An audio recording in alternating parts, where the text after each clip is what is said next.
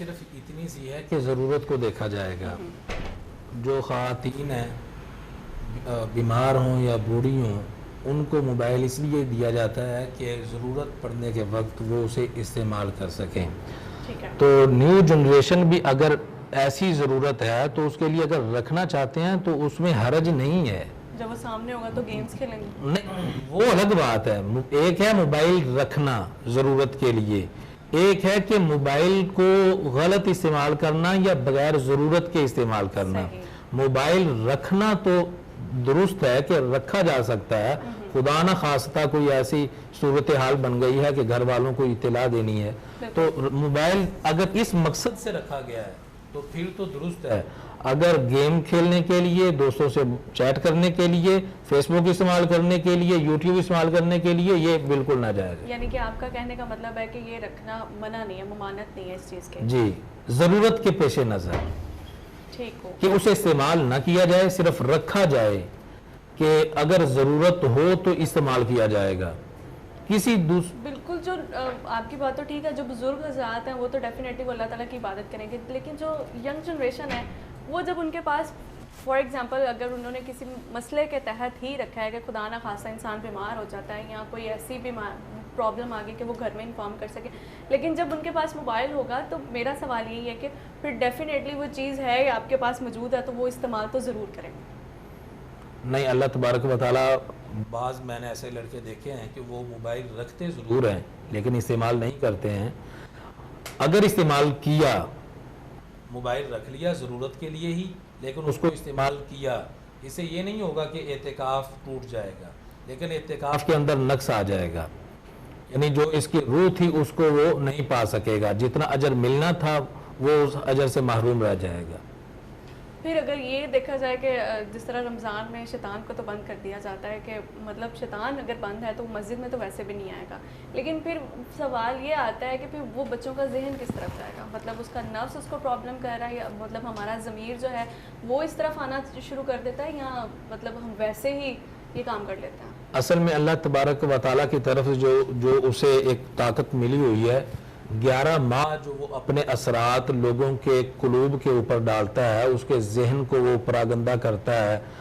جیسے حضور علیہ الصلوۃ والسلام کی ایک حدیث مبارکہ ہے کہ جب کوئی آدمی گناہ کرتا ہے تو اس گناہ کرنے کے بدلے میں اس کے دل پر ایک سیاہ نقطہ پڑ جاتا ہے. اگر وہ گناہ کرتا چلا جائے گا تو اس کا دل سیاہ ہوتا چلا جائے گا. جب 11 ماہ گناہ کر کے اس کے اثرات اتنے بڑھ چکے ہوں گے تو وہ اثرات تو ظاہر ہوں گے. شیطان اگرچہ مقید ہو جاتا ہے لیکن جو انسان غلط اعمال کرتے ہیں ان کے ضمیر پر, ان کے ذہن پر اور ان کے دلوں پر جو شیطان نے اپنا اثر ڈالا ہوا ہوتا ہے وہ ظاہر ہو رہا ہوتا ہے. اور اس دل کے جو زنگ لگا ہوا ہوتا ہے, سیاہی ہوتی ہے, یہ بالکل اسی طرح موجود ہوتی ہے. اب جب اگر انسان رمضان المبارک کا احترام کرے گا اور اللہ تبارک و تعالیٰ کی عبادت کرے گا تو آہستہ آہستہ یہ سیاہی دور ہوتی چلی جائے گی.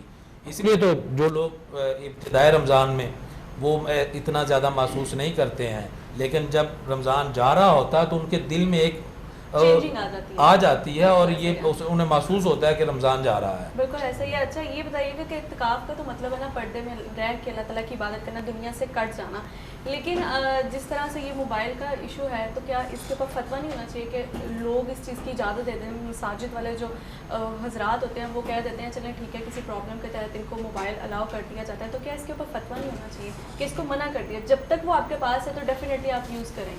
اگر آپ کہتے ہیں اگر 11 ماہ تک شیطان اپنا ذہنوں پہ اثر ڈال سکتا ہے تو ایگزیکٹلی وہ 1 ماہ کے اندر تو ایک دم سے تو نہیں ختم ہو سکتا. دیکھیں اعتکاف اگر آپ ایسی بات کہتی ہیں تو جو لوگ اعتکاف بیٹھ رہے ہیں وہ بھی تو ایسا ہو سکتا ہے کہ غلط کام کریں اعتکاف میں بیٹھ کے. اب پھر کیا کیا جائے کہ ان کو بیٹھنے نہ دیا جائے؟ ہر مسئلے کی ایک اندرلی بات ہوتی ہے, اس کو دیکھنا ہوتا ہے. آپ ایسا نہیں کہہ سکتے کہ موبائل رکھنا بالکل بند کر دیا جائے یا موبائل رکھنے کی بالکل اجازت دی جائے, ایسے نہیں. سر پھر آپ یہ بھی تو کہہ رہے ہیں نا شیطان بند ہے, پھر آپ کہہ رہے ہیں کہ وہ بھی غلط کام کر سکتے ہیں. دونوں چیزوں میں تو تضاد آنا شروع ہو گیا نا, دونوں چیزوں میں تو یہ بحث آ جائے گی. کس جگہ پہ بحث آئے گی؟ دیکھیں اگر آپ کہہ رہے ہیں شیطان بند ہے, شیطان اللہ تعالیٰ نے جگڑ دیا ہے, تو پھر آپ یہاں پہ یہ بات کہہ رہے ہیں کہ جو اعتکاف میں بیٹھ رہے ہیں وہ بھی تو غلط کام کر سکتے ہیں، اس کے اثرات ہیں نا. میں یہی تو بات سمجھانا چاہتا ہوں کہ ایک طرف آپ موبائل کا مس یوز کہہ رہی ہیں کہ اس کا استعمال ہو سکتا ہے، تو انسان بھی اس اثرات کے نتیجے میں غلط کام کر سکتا ہے یا نہیں کر سکتا ہے؟ یعنی کہ جو 11 ماہ وہ اپنے اثرات ذہنوں پہ چھوڑ کے جاتا ہے وہ 1 ماہ کے اندر ختم تو نہیں ہوتے، کم تھوڑے ہو جاتے ہیں کہ چلو یہ ہو جاتا ہے کہ رمضان کا مہینہ ہے. نہیں، اگر کوئی آدمی کثرت سے عبادت کرے اور اپنے تو سارے تو نہیں نا کر سکتے، سارے تو اس طرح سے نہیں کرتے ہیں. یہ ہمارا معاشرہ ہے، اس چیز کو آپ بھی جانتے ہیں، ہم بھی جانتے ہیں، وہ سارے تو اس طرح سے نہیں کر سکتے. اگر ہم لوگ دیکھیں تو بازاروں میں ابھی بھی گانے چل رہے ہیں، بازار چلے جائیں شاپنگ کرنے کے لیے تو آپ دیکھ رہے ہیں. چلیں اگر روزے کی حالت میں وہ لوگ اس چیز کو منع کر رہے ہیں کہ ہم لوگ گانا نہیں سنیں گے، جیسے ہی افطاری کا ٹائم ہوتا ہے تھوڑی دیر بعد آپ دیکھیں گے کہ گانے لگے ہوئے ہیں اور بڑی روشنی ہے، یہ وہ ساری چیزیں چل رہی ہیں.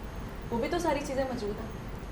شریعت کی بہت سارے کام ایسے ہیں کہ جہاں ضرورت آ جائے گی وہاں رخصت آ جائے گی. مثال کے طور پہ آپ روزہ دار ہیں، اگر بیمار ہو گئے، اب روزہ اگر آپ توڑتے ہیں، چھوڑتے ہیں، تو آپ پر 2 ماہ کے روزے رکھنا یا غلام آزاد کرنا یا 60 مسکینوں کو کھانا کھلانا لازم ہے، واجب ہے. ٹھیک ہو گیا. ٹھیک ہے. لیکن اگر آپ بیمار ہو جاتے ہیں کہ آپ کی موت یقینی ہو سکتی ہے یا ہارٹ اٹیک آ گیا یا کوئی ایسا سیریس مسئلہ درپیش آ گیا ہے کہ جہاں آپ کو روزہ توڑنا ضروری ہو جاتا ہے، تو شریعت یہاں کیا کہتی ہے کہ آپ روزہ توڑ سکتے ہیں. صرف ایک روزے کی قضا ہوگی، کوئی کفارہ نہیں ہوگا، کوئی اس کے اوپر دوسری چٹی لازم نہیں آئے گی.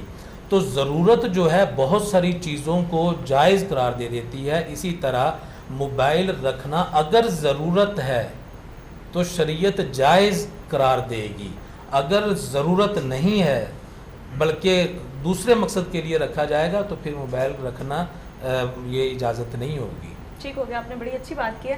لیکن ایک بات ہے کہ طبیعت خراب ہونے کی وجہ سے کبھی ایسا بھی ہوتا ہے بلڈ پریشر ہائی ہو جاتا ہے یا لو ہو جاتا ہے، اس کی وجہ سے کنڈیشن انسان کی مطلب نہیں صحیح اسٹیبل نہیں ہوتی، اس کے اوپر تو چلے روزہ ٹوٹ جاتا ہے. لیکن بعض دفعہ ایسا بھی ہوتا ہے کہ اچھے خاصے انسان ہوتے ہیں اور روزہ رکھا ہوتا ہے لیکن بعض دفعہ وہ لوگ جان بوجھ کے بھی توڑ دیتے ہیں. تو اس کا کفارہ کیا ہوگا؟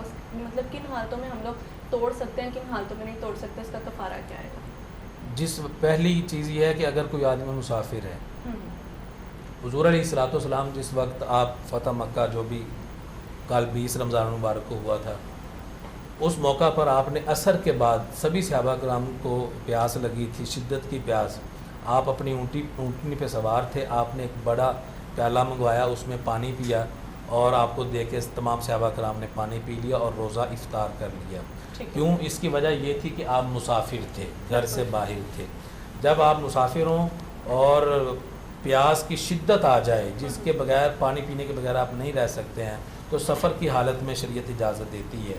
اور دوسرے نمبر پر ہے کہ آپ مریض ہوں.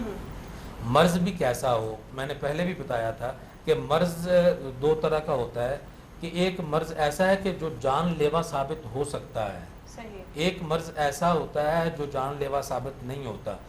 پھر جو جان لیوا ثابت نہیں ہوتا اس میں بھی ایک ایسا مرض ہے کہ آپ کو اتنی تکلیف ہوتی ہے کہ آپ روزہ توڑے بغیر اس تکلیف سے چھٹکارا نہیں پا سکتے ہیں. جیسے درد ہے، کسی گردوں کی درد ہے یا یہ وہ درد ہوتی ہے اور مرض ہے، انسان اس میں سانس لینا بھی مشکل ہو جاتا ہے. تو اس طرح کی اگر حالت آ جائے تو پھر وہ روزہ توڑ سکتا ہے. ٹھیک ہو گیا. میں